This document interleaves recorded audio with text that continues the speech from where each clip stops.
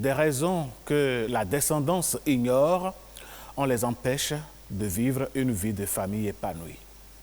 Des conflits ancestraux, des guerres qui ont eu lieu, des phénomènes, des faits, des incidents, je dirais même des drames qui sont survenus il y a des milliers, des centaines d'années, la progéniture continue d'en payer le prix.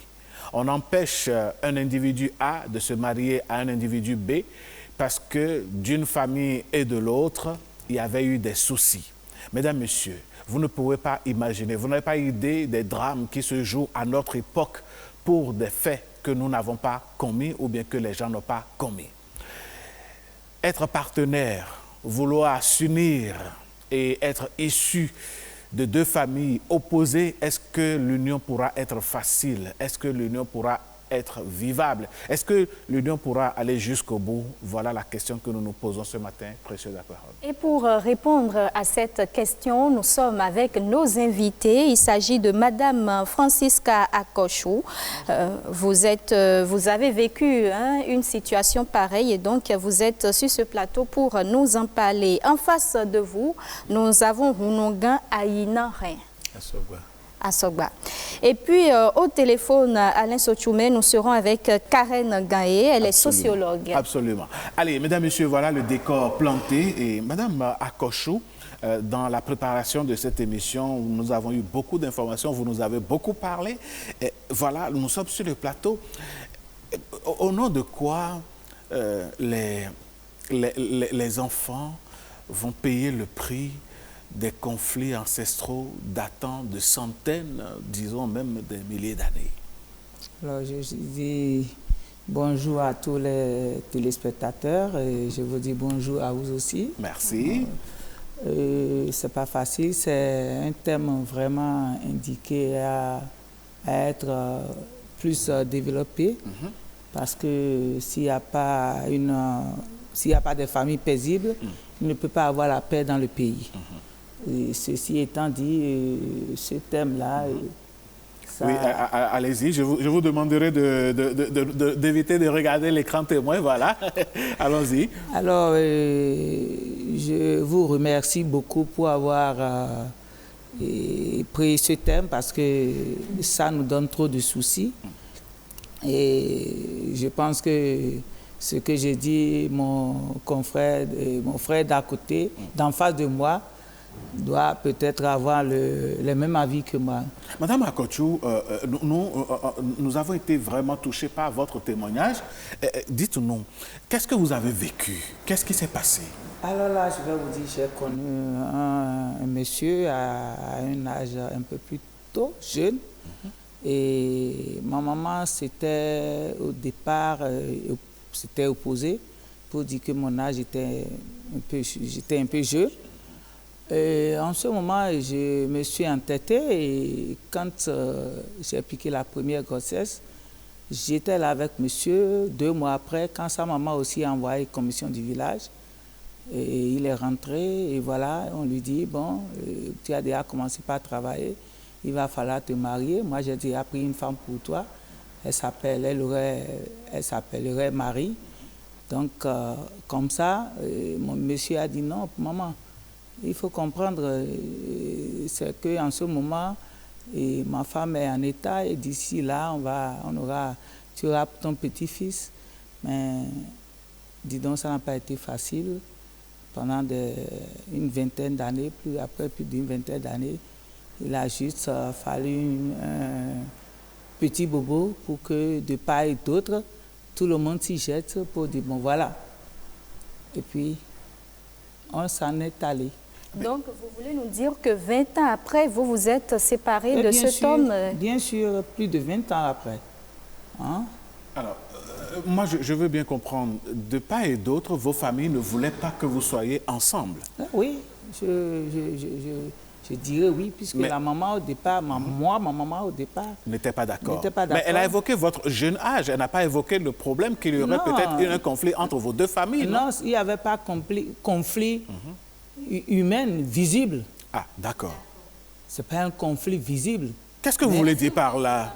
Voilà, c'est un conflit, comme vous venez de le dire dans l'introduction, c'est un conflit qui datait de centaines d'années que moi, je ne savais pas, pour laquelle elle aussi, elle a pris position sans vouloir me l'expliquer.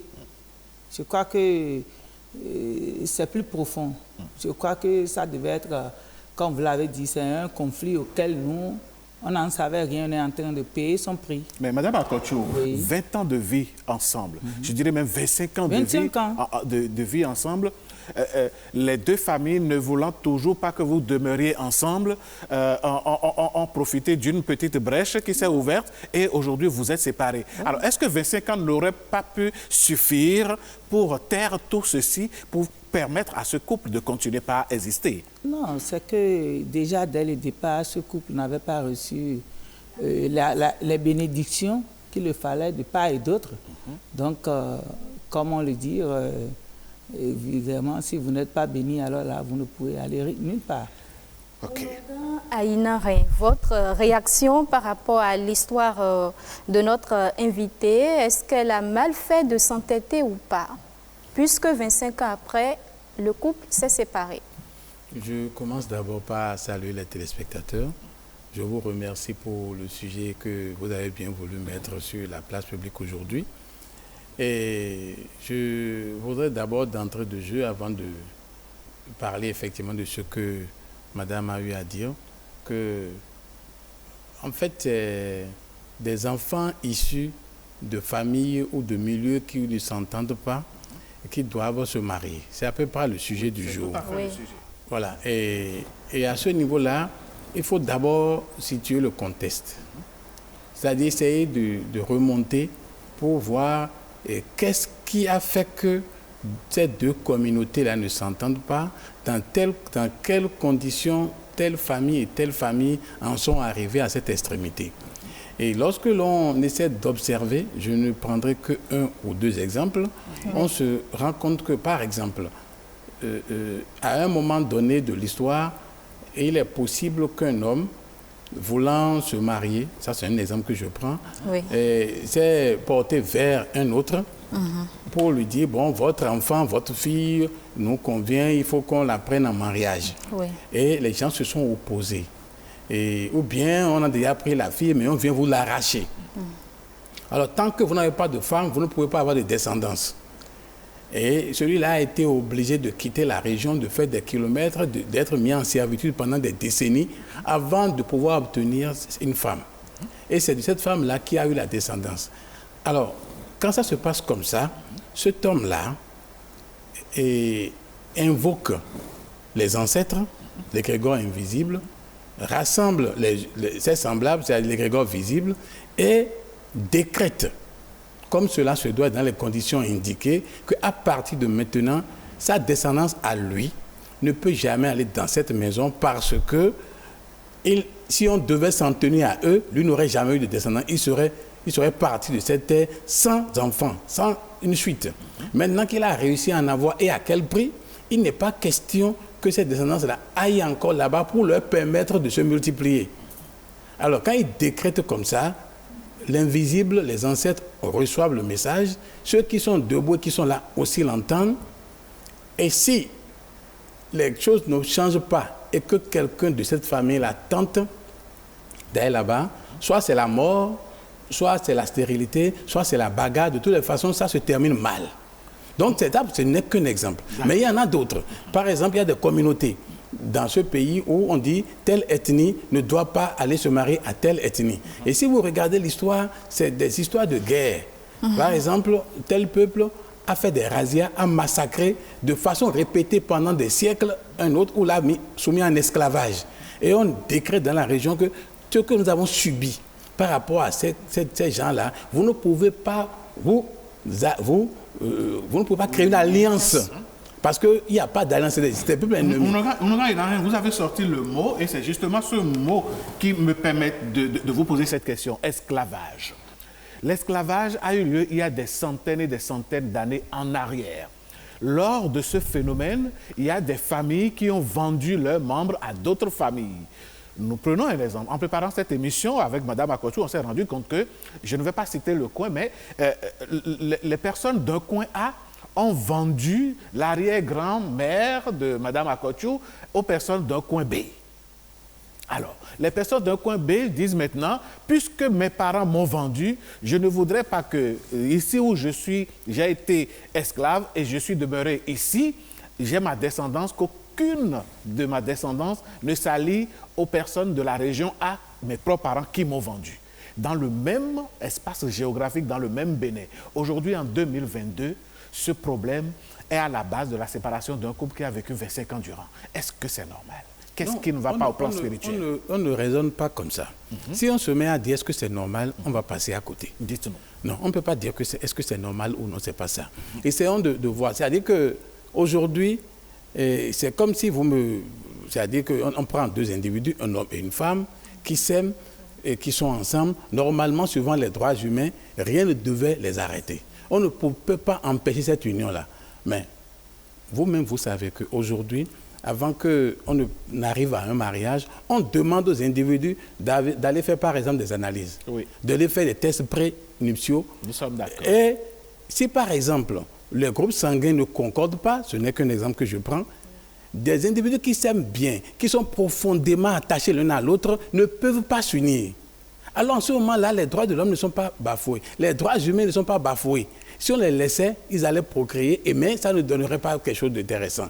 Alors vous voyez, donc c'est le réalisme, le pragmatisme qui font ça. Mais pourquoi, de l'autre côté, compte tenu des réalités qui sont dans le pays, on estime que, puisqu'ils sont en train de s'aimer, rien ne devait arrêter. C'est-à-dire qu'on banalise le phénomène ancien qui s'est produit et on n'y donne pas son importance. Non, ce n'est pas le pan que je voudrais qu'on soulève. Le pan que je voudrais soulever est de savoir, est-ce que le fait d'avoir vendu un membre de la famille dans une autre zone et qu'elle est décrétée, puisque vous avez prononcé le mot, qu'aucune de sa descendance n'ira de l'autre côté, est-ce que ça a une portée spirituelle? Et comment faire alors pour conjurer cette portée spirituelle pour permettre aux uns et aux autres de continuer à vivre dans l'ère où nous sommes aujourd'hui? D'accord. C'est là ma question. Oui, c'est-à-dire, c'est un phénomène qui est en train de s'atténuer. Parce qu'au fur et à mesure que le monde avance, les effets sont en train de diminuer. Mais pourquoi? Parce que il y a qu'on le veuille ou non, il y a des brassages qui sont en train d'intervenir. Et ces brassages-là font que ça peut changer. Mais ne disons pas que du jour au lendemain et brutalement, ça peut changer. Ça ne peut pas changer brutalement comme ça. Et pourquoi? Il faut que des gens qui s'y connaissent retournent dans la famille, fassent des cérémonies qu'il faut pour essayer de commencer par casser ce pacte qui a été fait, c'est-à-dire ce décret qui a été fait, il faut commencer par casser ça petit à petit. Mais qui va prendre le risque de le faire? Parce que si dans une famille, il n'y a pas unanimité et que celui qui sait le faire commence par le faire et d'autres ne sont pas d'accord, c'est lui qui risque de partir. D'accord. On va continuer le développement, le temps de prendre notre sociologue en ligne. Karen Gagné, vous êtes en ligne? Oui, bonjour. Bonjour. Vous venez d'écouter avec nous nos invités qui sont en plateau. Votre réaction? Déjà, je tiens à remercier toute l'équipe pour la thématique choisie. Je remercie les invités du plateau pour la diversification de leurs opinions, ainsi que les auditeurs qui nous suivent. Ce que je dirais tout simplement, c'est que le sujet relevé a un fait de société qui date de plusieurs générations en arrière et qui n'est pas prêt à disparaître du jour au lendemain. Pourquoi? Parce qu'on observe une réticence incarnée au niveau de notre éducation culturelle et coutumière qui est transmise de génération en génération. Et malgré que le 21e siècle, la vie moderne que les jeunes incarnent aujourd'hui, les parents sont toujours attachés à ces jugements de valeur ou bien ces présuppositions qu'ils pensent nécessaires, peut-être par respect pour la tradition, pour la pensée de leurs proches à leur égard. Alors, Karen Gaillet, oui. Vous qui êtes sociologue, avec l'évolution du temps et du monde, comme vous le dites, est-ce qu'il y a des leviers sur lesquels on pourrait agir pour corriger le tir, un tant soit peu? Oui, le levier le plus dominant sur lequel il faudrait agir, c'est l'héritage culturel et traditionnel. Parce qu'aujourd'hui, quand on parle de mariage, qu'on le veuille ou non, ce n'est plus uniquement entre deux individus, mais entre différentes familles. Celle du père et de la mère de l'homme et du père et de la mère de la femme. Et il est impératif que, plutôt que les communications restent juste au niveau des géniteurs principaux, on aille plutôt vers les gardiens de la tradition de ces différentes familles que nous avons oubliées, que l'histoire d'alors a divisé. La preuve aujourd'hui, des gens font des efforts et créent des pertes infinies pour pouvoir se rassembler. Mais toutefois, il y a certaines familles ou certaines zones qui gardent toujours par honneur et par égoïsme culturel des rancunes et des rancœurs qui développent. Même si tous les enfants n'acceptent pas, il y en a qui accepteront toujours et qui s'engagent à perpétuer cela. Donc, c'est à tout niveau, là, au niveau de ce levier de pesanteur, qu'il faudrait aller pour pouvoir modeler ce qui s'y fait et les amener à une ouverture d'esprit et de pardon. D'accord. S'il faut aller vers les gardiens de la tradition, que la communication, la sensibilisation s'y fasse et qu'on permette pas d'autres, comment je dirais, rites de passage, de brassage dans ces familles-là où on demande de pardon, dans ces familles-là pour faciliter la vie en société à leur génération. D'accord. Leurs enfants qui ne demandent pardon. Ok. Vous continuez pas à garder la ligne. Oui. Karen Gagné, j'ai une question pour vous. Lorsque les familles s'opposent, que faut-il faire? Partir ou quand même essayer cette union-là? Lorsque les familles s'opposent, la première préoccupation, le premier niveau, c'est de voir quel est l'élément d'opposition qu'il y a entre eux. Parce que c'est ça qui est impératif. Si la distance est liée à une classification sociale, c'est plus facilement gérable. Mais si c'est lié à un aspect coutumier, ça devient un peu plus complexe. Donc, c'est ça à faire la base de la tige de communication établie qui décide à quel degré il est capable de faire le meilleur de supporter. Mais le premier niveau qui est recommandable, c'est d'essayer d'aller en parler avec les familles et échanger. D'accord. Ok, merci Karen Gagné. Vous continuez de garder la ligne. On revient donc à Madame Akochou. Madame Akochou, on commence par chercher des solutions. À votre avis, au jour d'aujourd'hui, vous qui avez été victime de cette pratique, si vos enfants voudraient s'unir à d'autres familles et ces genres de problèmes se posent, quelle serait votre réaction aujourd'hui? Je ne crois pas que je vais aborder dans le même sens que ce que ma famille a eu à faire. Et je crois que le psychologue a eu à parler... La sociologue. La sociologue, pardon. Oui. Et a eu à parler des faits identitaires qui se développent de jour en jour dans notre pays, qui fait le rapprochement des régions. Donc, ce qui fait qu'aujourd'hui, que celui qui est à Djoug ou à Natitengu, c'est qu'on fait Novicha à Grand Popo et qui peut venir pour le brassage et puis ça passe.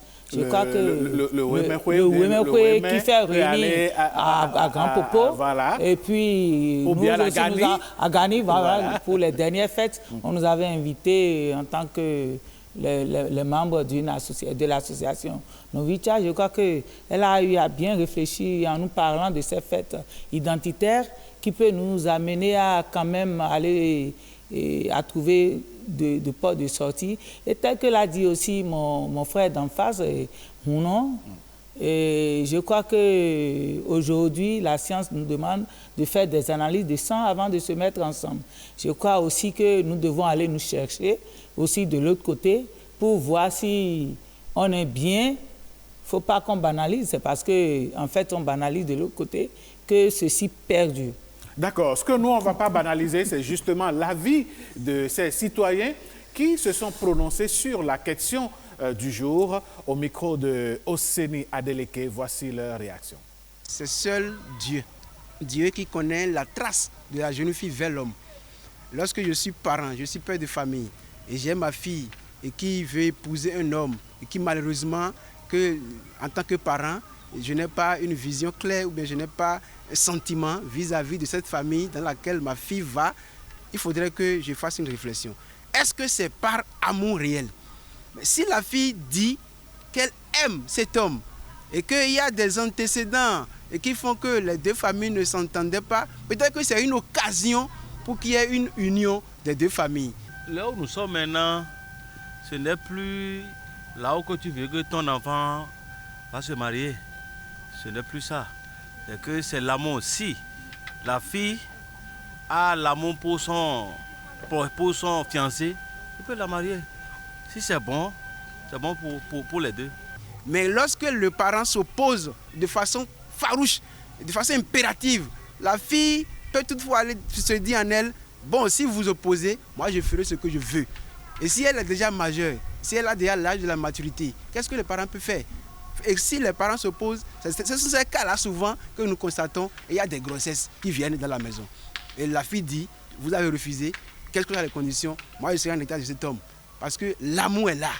Et quand c'est comme ça, il faut que le parent fasse un traitement psychologique à sa fille.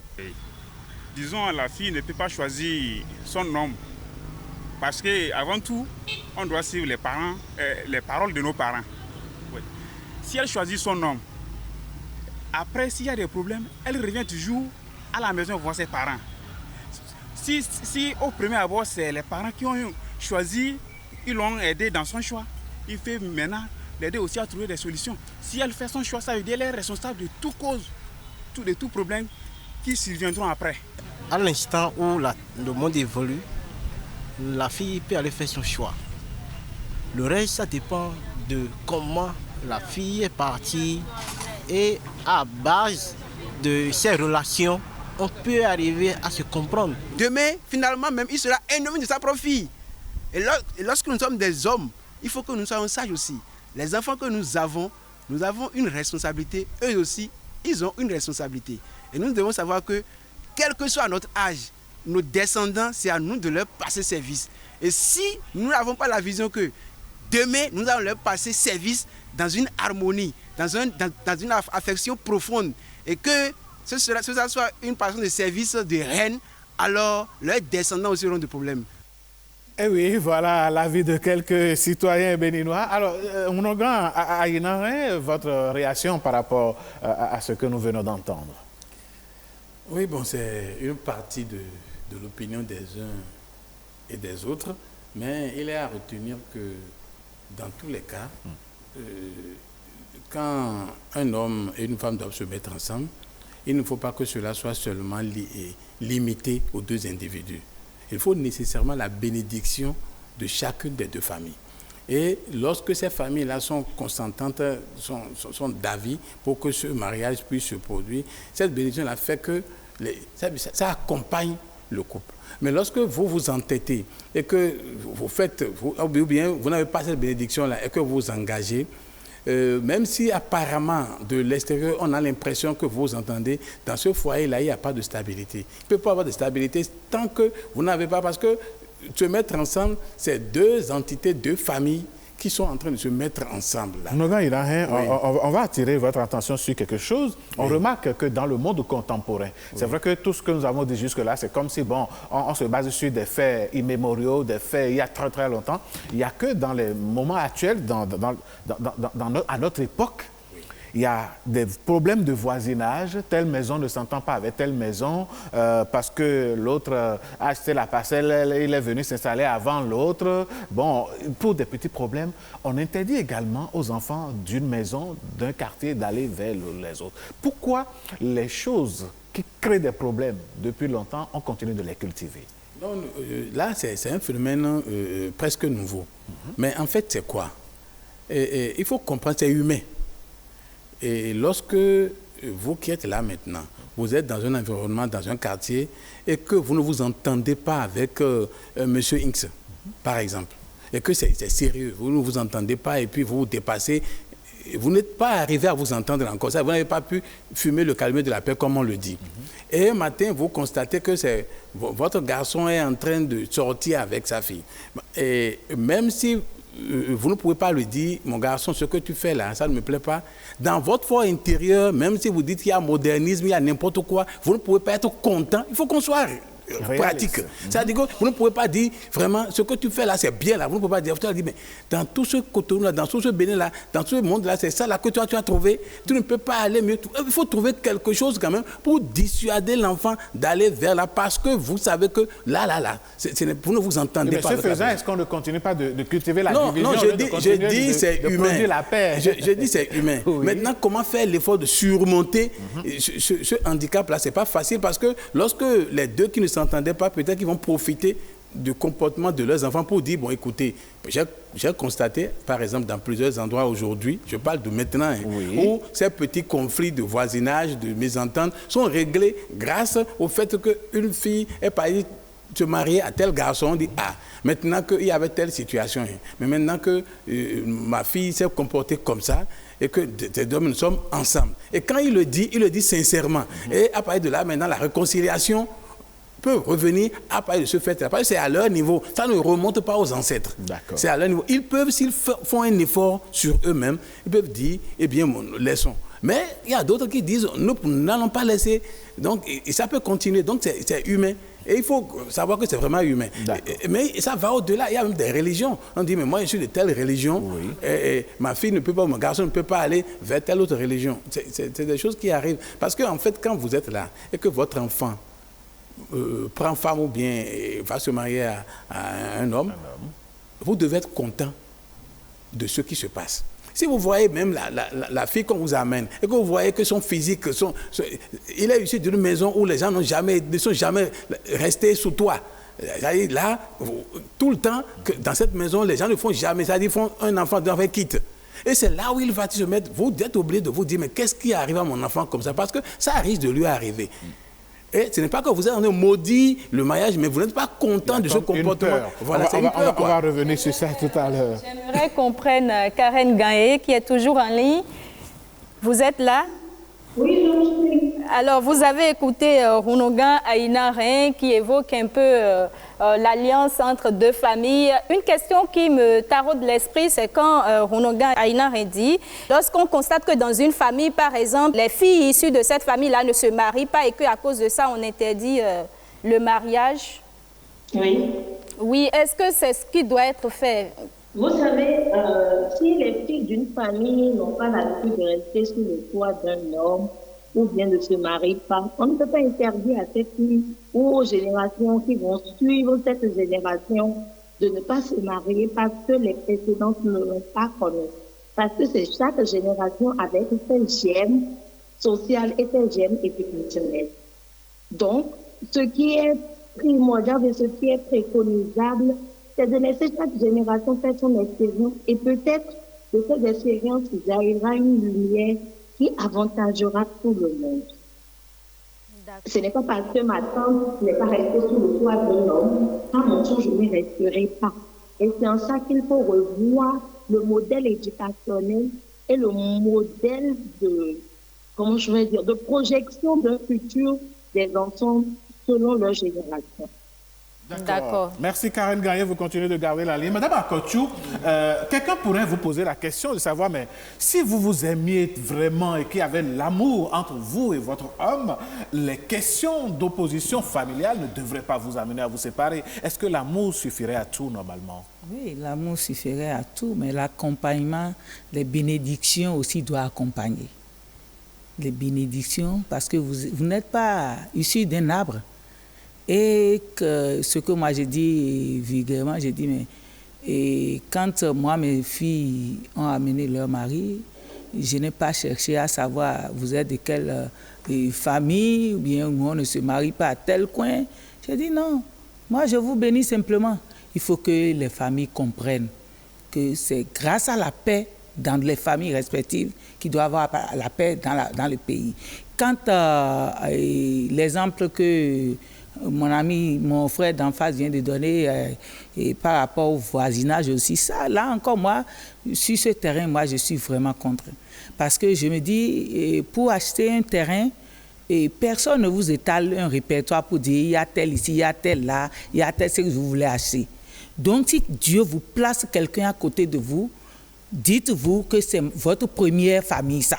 Quels que soient les défauts, il faut que... Moi, je ne suis pas propriétaire terrien, mais je crois je suis voisine à des gens. Et puis, quand il y a des problèmes qui arrivent, il faut surmonter. Parce que votre premier cri doit être écouté par celui qui est à côté de vous. Parce que votre objectif pour ces émissions, c'est pour créer la paix. Donc, je profite de cette occasion pour inviter, pour dire à ceux qui sont des voisins, se disent qu'il y a problème, qu'il n'y a pas dans une maison sans rat. Donc, s'ils sont ensemble, de toujours se comprendre. S'il y a quelqu'un qui doit aller se marier d'une maison à une autre, de faciliter la vie aux enfants, simplement, en leur donnant les bénédictions possibles. D'accord. Alors, Onoga Inare, nous sommes taraudés par le temps. Oui, si vous devriez conclure, qu'est-ce que vous avez envie de dire? Plusieurs choses, mais je vais voir comment je vais ramasser ça. Oui. C'est-à-dire, d'abord, je vais demander à la nouvelle génération, des gens qui sont sur le point de se mettre ensemble, de ne pas le faire sur un coup de tête. Parce que, bon, un homme rencontre une femme quelque part et les deux sont en train de... Et puis on dit, ah, on est déjà mariés, on est ensemble. Toutes les unions qui sont construites comme ça sont éphémères et ne durent pas. Il faut, comme nous avons l'habitude de le faire, il faut consulter le FA. Il faut consulter le FA nécessairement. Quand on est de la tradition. Oui, pour moi, le FA, ce n'est pas lié à la tradition. C'est-à-dire tout le monde est en mesure de consulter l'oracle pour savoir ce que nous voulons faire là. Quels seront Oui, c'est-à-dire que... Et là, c'est quoi? C'est pour avoir des recommandations et avoir des conseils. Mais au-delà de ça, le phénomène qui empêche des gens issus de telle ethnie ou de telle région de rester ensemble, ce phénomène finira par s'estomper avec l'évolution. Bon, maintenant, pour ce qui concerne les familles, là, c'est un travail à faire. Et on ne va pas quand telle famille, telle a décrété à un moment donné que telle famille ne veut pas se rapprocher de telle autre, il vaut mieux respecter ça maintenant, pour le moment. Et progressivement, on va essayer... la solution qui permette aux différentes familles de se rapprocher. Voilà, on va voir ça. Merci beaucoup. Merci beaucoup. Karen Gagné, on est pratiquement à la fin de ce débat. Votre mot de conclusion? Merci déjà à tout le monde. Ce sont de ces débats-là que j'aille sur la lumière. Je suis sûre que ça a existé beaucoup ici actuellement.